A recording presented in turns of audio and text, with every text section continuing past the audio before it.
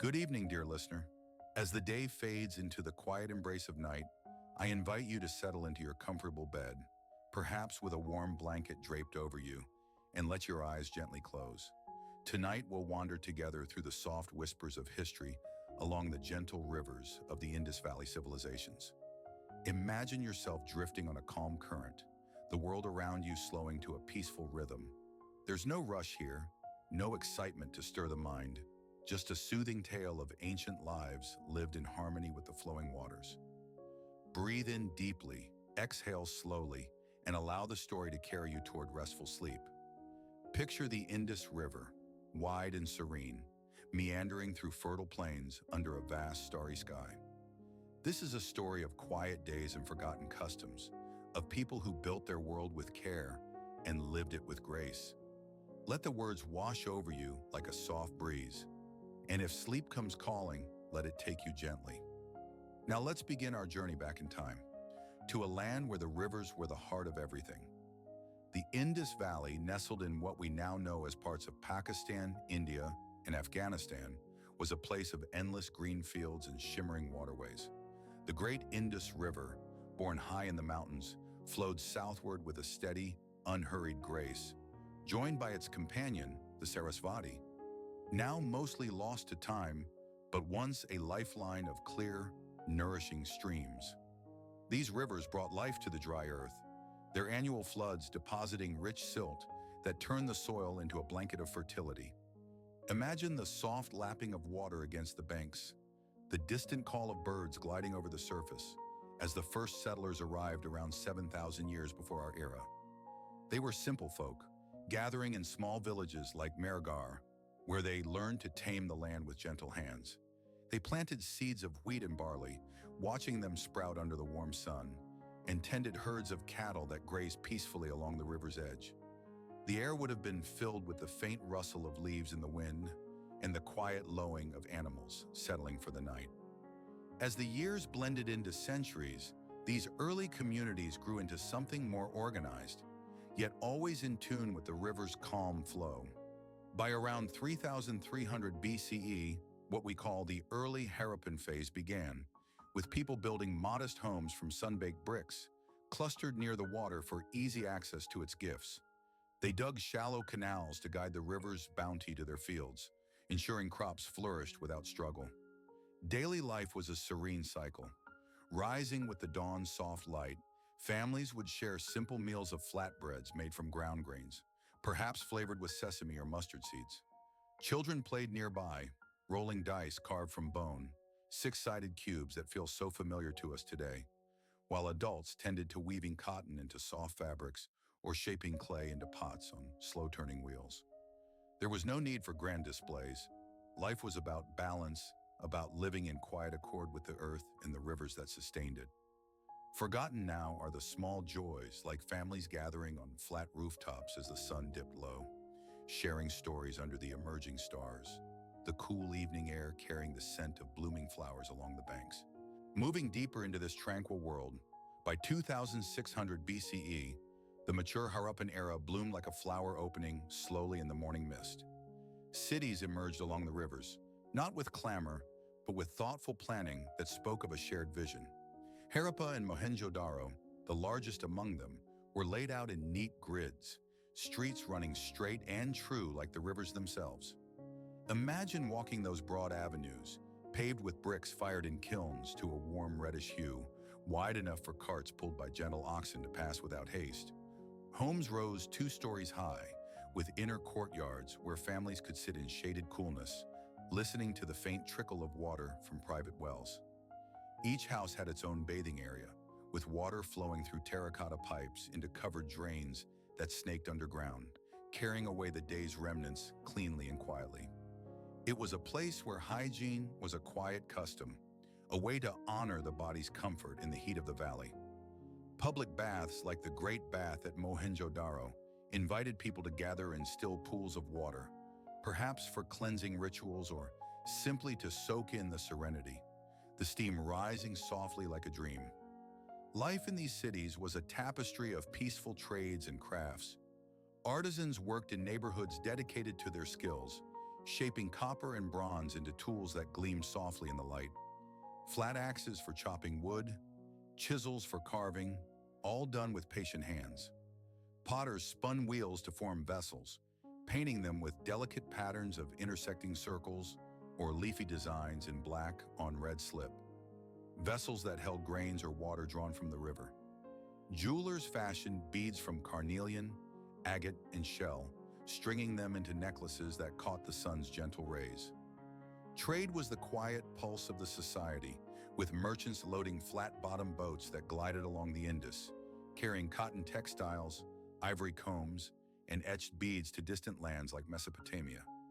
In return came lapis lazuli, its deep blue evoking the river's depths, and other treasures exchanged without greed, just a fair sharing of the world's gifts. Seals carved from soft soapstone were pressed into clay to mark ownership, adorned with images of animals, majestic elephants, striped tigers, or mythical unicorns, symbols perhaps of family clans or protective spirits, now forgotten whispers of their beliefs. As we drift further along this historical stream, consider the customs that wove the fabric of daily existence. There were no towering palaces or temples to dominate the skyline, suggesting a society where power was shared softly, perhaps through councils or elders who guided with wisdom rather than command. Religion, if we can call it that, seemed intertwined with everyday life, gentle and unassuming. Terracotta figurines of women, adorned with jewelry and elaborate headdresses, might have represented a nurturing mother goddess, placed in homes for quiet blessings of fertility and abundance. A bronze statuette known as the Dancing Girl captures a young woman in mid-pose, her hand on hip, bracelets jingling softly in our imagination, a symbol of grace and joy and movement.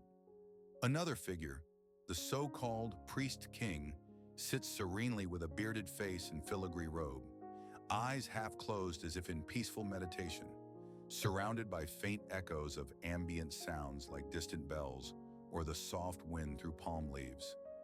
Families lived in harmony, with children learning trades from their parents. Girls perhaps spinning cotton threads, boys helping with brickmaking or animal care. Meals were simple affairs: boiled peas, barley porridge, or dates plucked from riverside groves, shared around a hearth where a crackling fire provided warmth on cooler evenings. Toys abounded for the young ones: miniature carts pulled by tiny oxen, monkeys designed to climb strings, or nodding cattle that bobbed with a touch. Reminders that play was a cherished part of the calm routine. Health was tended with care. The clean streets and water systems kept ailments at bay, and people enjoyed lives free from the scars of conflict, their bones showing no signs of widespread strife. It was a world where the river's gentle floods were welcomed, not feared, bringing renewal each year in a cycle as predictable as the moon's phases. Forgotten details paint this era with even softer hues. The Indus script, inscribed on those seals, remains a mystery, its short lines of pictographs, over 500 signs, perhaps noting names, trades, or prayers, written from right to left like a river flowing backward in time. Weights and measures were standardized across the vast land, from tiny cubes for jewels to larger ones for grains, ensuring fairness in every exchange. Animals held a special place.